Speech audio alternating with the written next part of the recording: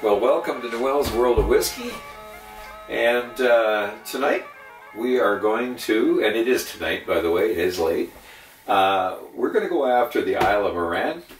I will admit, I'm not 100% organized in this. I went for a long bike ride and I had some work to do prior to this, and my research on this distillery has been a bit of a cram job.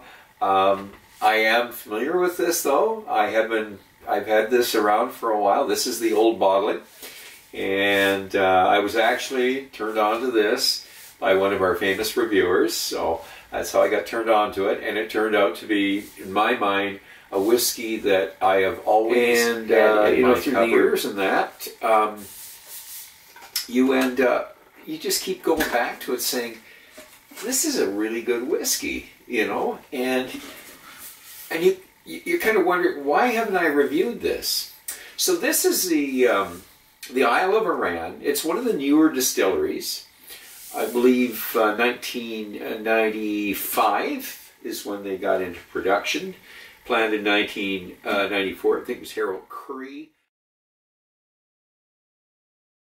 when he retired from Chivas. Very well known in the industry. He was the director, one of the managing directors of Chivas, and a lot of knowledge. And he got together, I believe, with one of his architectural friends, and they invested together, and I believe that was David Hutchison, and they designed the distillery on the Isle of Arran. And it's the first distillery since, I believe, they built a legal distillery there back in 1825-ish, somewhere around 24, 25, somewhere around there, in the town of Legg. Now that's on the south side of the island, but this distillery is on the north side, and the reason for it is there's better water up in La Ranza, the town on the north end of the island. It comes down from the hills, from the moors, and so that's where they decided to build their distillery. But anyways, this is the old packaging here, and of course this is an 18, and this is the new packaging, new design. So we will eventually get into the 18 here. I really wanted to start with the 10 because it was the one that really kind of got me excited. Eventually I started thinking, you know, why do I keep going back and saying I really like this stuff? And I'm sort of giving the review away, but I think it's good to kind of give you a little of my history anyways of why I decided to do the review. And of course, didn't do a lot of research on this as I do with a lot of the distilleries, so I was cramming a lot of reading and was on the internet there trying to learn more about it. So my understanding is that there was a lot of small illegal stills on Arran, you know, 40, 50 of them probably back in the 1820s. It's close to Campbelltown. You'll see by the map. You know, you're not far from Campbelltown and the boom that happened there. So, and they had connections with Glasgow, a lot of the people on Arran. They had other stuff going on the Isle of Arran. So it makes sense, you know, they evidently produced pretty good whiskey there. Now, this wasn't like Campbelltown where it was quantity. This was more about quality. So the first and last distillery was right when they legalized the Excise Act came up, and I believe that was somewhere around, it could be 1824. I know it closed in 1837, and there wasn't another distillery that opened until it was 1995, I believe, is when Arran Distillery opened. Now, they built another distillery in the town of Legg, which is in the south end of the island, because that's where the original distillery was back in, you know, 1825 to 1837.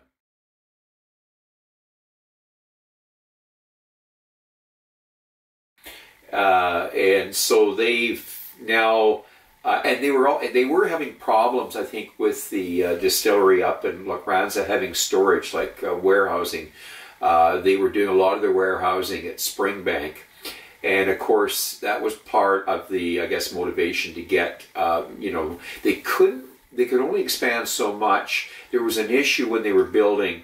A couple of golden eagles ended up nesting close to the distillery, so they had to halt the construction for a while till they dealt with that because they are protected.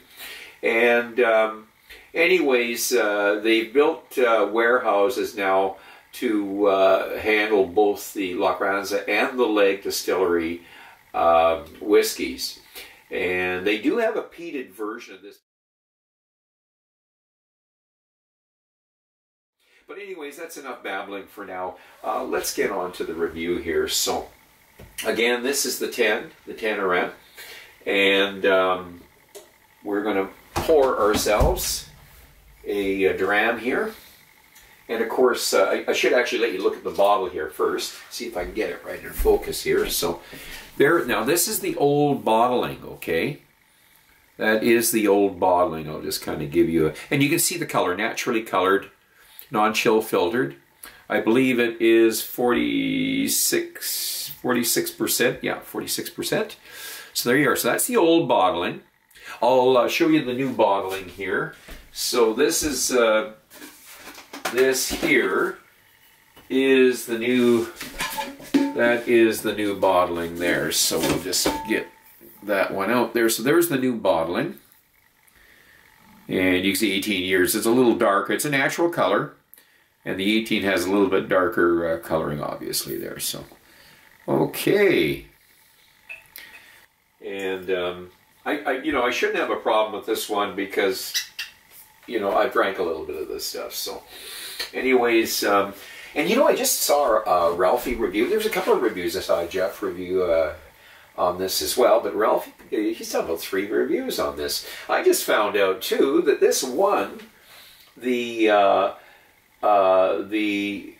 Choice online, the World Championship, online championship. It won the top 2022 as the best value entry-level whiskey. So that's something to say there about the whiskey. So I never quite finished the review, but it's with Ralphie, but it was going quite well. So he's done it 3 times, and that's where I originally got turned on to this. Was I think I was looking at a Ralphie review, but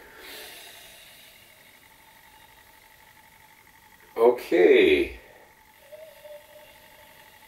Pears and peaches, and I did not tell you that this has been aged in ex-bourbon casks, American ex-bourbon oak, and it is finished in sherry casks. And then I think it's McTaggart is the distillery manager now, or production. He was I believe, the master distillery, and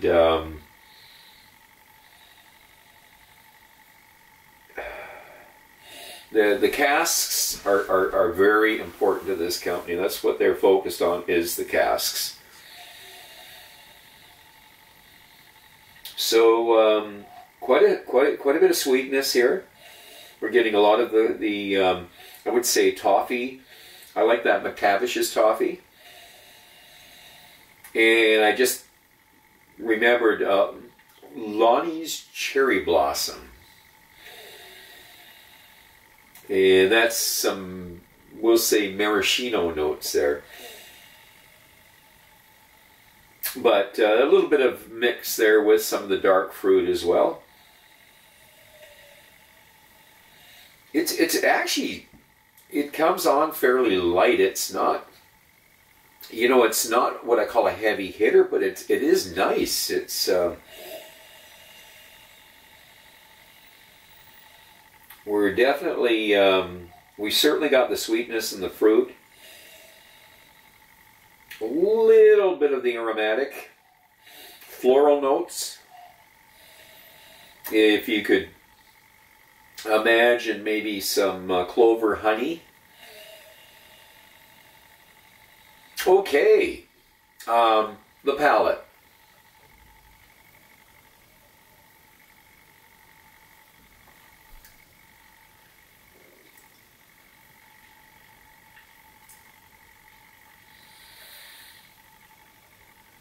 So, not what I call a real thick drink, but there's a lot there.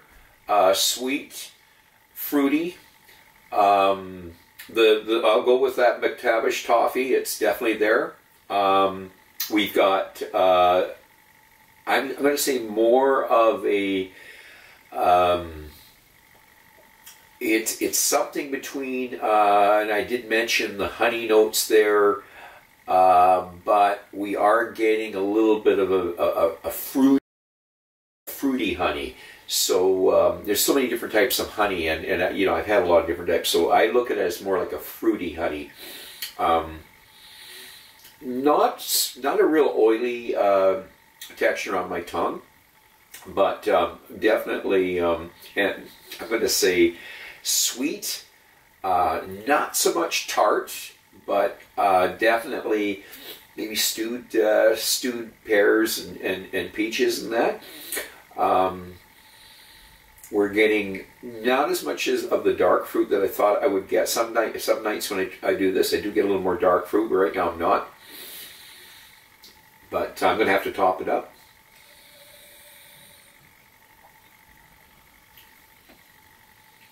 The vanilla from the bourbon casks.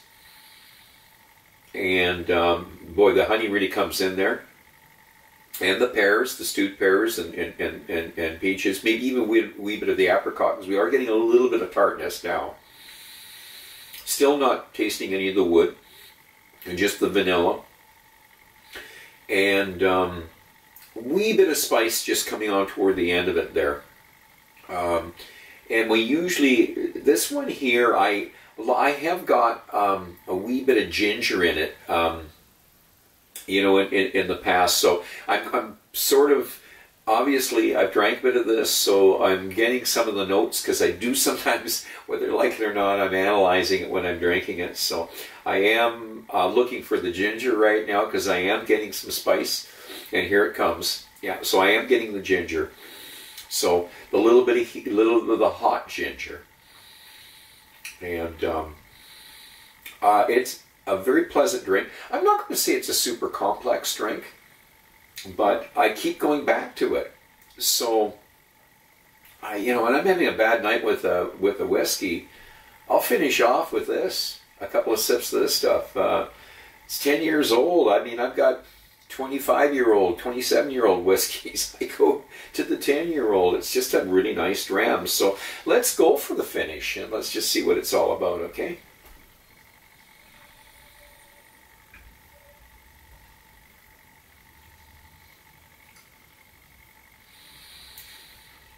So, not a long finish, shortish medium, but that sweetness, man, and the honey, and the Macintosh toffee, and a little bit of nuts coming on now. Possibly getting a little more of the, and it's not the real bitter chocolate. It's more, like I said, the Lowney's cherry blossom. So it's kind of like a milk chocolate. And that's with the maraschino, and again the finish is still there a bit. Now a little bit of that cinnamon. Yeah, you know, probably a wee bit of the, you know, I'm going to say a little bit of the nutmeg. But I sort of go back to some of my other notes there, but if they're not coming, I'm not going to mention them, but I'm looking for them, you know. It's funny, you know, I was watching some Charlie McLean testing, and just, you know, I mean, he is a bit of a legend, you know, another whiskey legend from Scotland there, but just how he tests, and, you know, he looks at his primary, the primary notes when he's testing the sweet and the sour tart and the salty, and I don't test like Charlie McLean does, because he's a lot of times they're dealing with the whiskey companies, and the whiskey companies are actually hiring him to get a panel and see if the casks that they're presenting, and I don't even think I think they got a number. They don't know what the whiskey is. So it could be from Isla, it might be this, but the companies want them to grade it to see if it's ready to pull from the cask, or it should sit in the cask a little longer. And he's got some very experienced people, and he's got some average people and he's basically just kind of, he's orchestrating it. He's the guy that orchestrates it. But it was kind of interesting listening to him, how he judges a whiskey. There's some things that I know when he was talking, I kind of related to him. But there was one thing he didn't talk about was I always get sometimes a velvet finish on my tongue, and I've actually had it with this before. So this drink here has given me a little bit of that velvet texture on my tongue, but it's light. It's not a heavy or a thick drink. So, but anyways, this one's for me.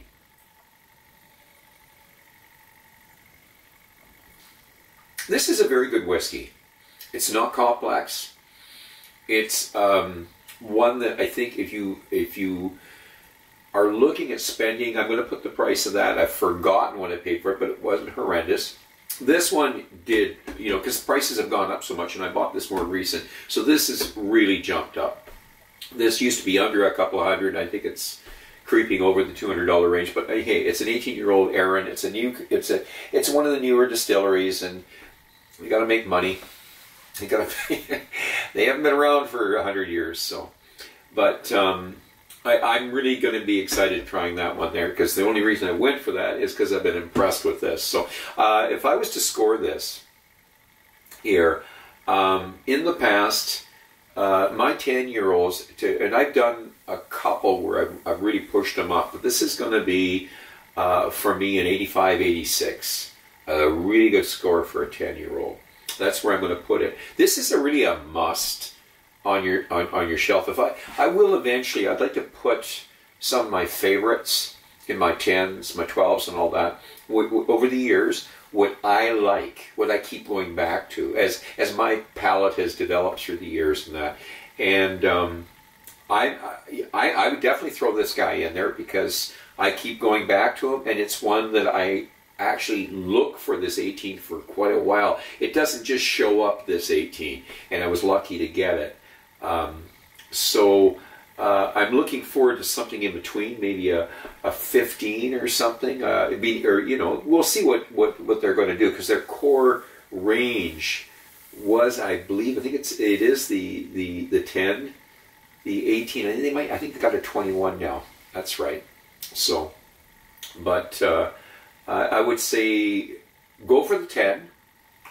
It's a really good whiskey to have on your shelf, especially for you people that are going out and you're buying the Macallans, and you're buying the Glenfiddichs, and maybe you're buying a Singleton or something, or a Glenlivet. The real popular, big selling whiskeys out there. This is a small distillery. I mean, it is not a big distillery. It is not an old distillery. 1994, they put the shovel in the ground, and now they're putting up the second distillery on the Isle of Arran. But Arran has a huge history, and it did have a lot of distilleries at one time, but they were all illegal. It's not like Campbelltown, where you had actual distilleries that were legal, and you've got like some 30 distilleries through history that they actually have pictures of, etc. These were illegal still, so you're not going to see any pictures of them.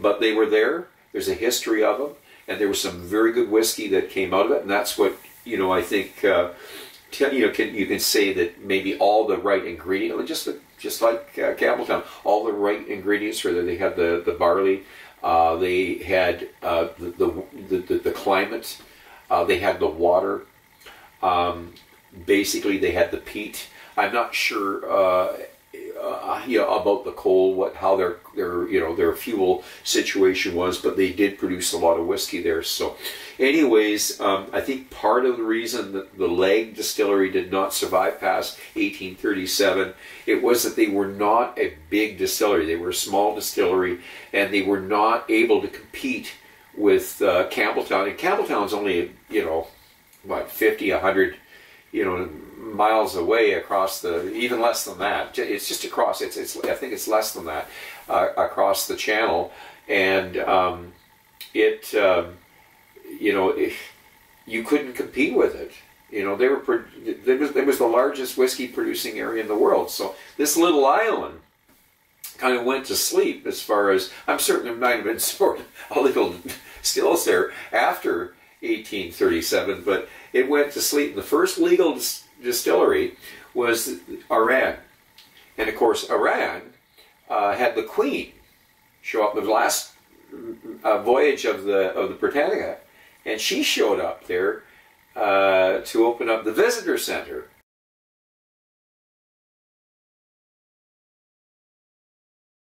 For Arran Distillery. Now they don't call it Arran Distillery anymore. It's called La Granza, and of course the distillery to the south is now called Leg, because now you have the two distilleries owned by the Arran company, and basically who knows, if they open another distillery, maybe they can call it a whiskey region like Campbelltown. So, but anyways, let's leave it at we'll say it's an 85er. Really nice whiskey, really nice whiskey, and I really think it's something you want to put in your wheelhouse. I have it on my shelf. I will certainly buy another one of these when this one goes. I really think that my company likes this whiskey for 10 years old, and the price. I will put the price up. I know what I paid. No point in telling you what I paid, because I got that a few years ago. But anyways, let's leave it at that. One I do recommend. And I will be doing the 18 next. I'll have a little bit more. I'll be a little more organized. Have a little bit more history and information on that company. So I'm going to ask you to drink wisely, drink intelligently, do not drink and drive. Until the next time, so much.